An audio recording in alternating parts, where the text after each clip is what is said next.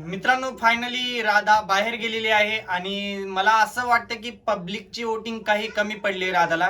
कारण फक्त एकच आहे मित्रांनो, त्याचं माझा पर्सनली ओपिनियन सांगतोय की राधाला बाहेर तिच्या आय थिंक कामामुळे घातलं असतील, कारण की पब्लिकने तिला तिच्या कामामुळे सपोर्ट केला नसेल.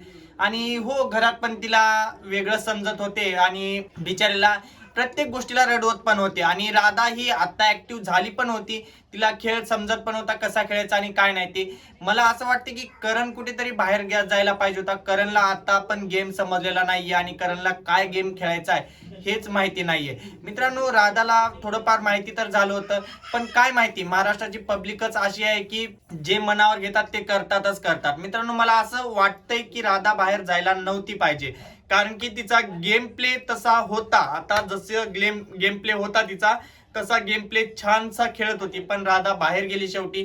काय करू शकतो आपण? आपण तर काय नाही करू शकत मित्रांनो. पण नेक्स्ट टाइमला प्लीज, जो पण व्यक्ती वोट करेल त्यावेळेस विचार करून करा. गेम कोण खेळतोय कोण नाही हा सगळा विचार करून तिथे वोट करत जावा प्लीज. मित्रांनो, सगळ्यांना संधी मिळाली पाहिजे. त्याचं काम बघून तुम्ही जर वोट करत असाल तर हे चुकीचं आहे मला, आणि असंच वाटतं की त्याचं काम बघूनच आपण सगळ्यांनी वोटिंग केलेली आहे.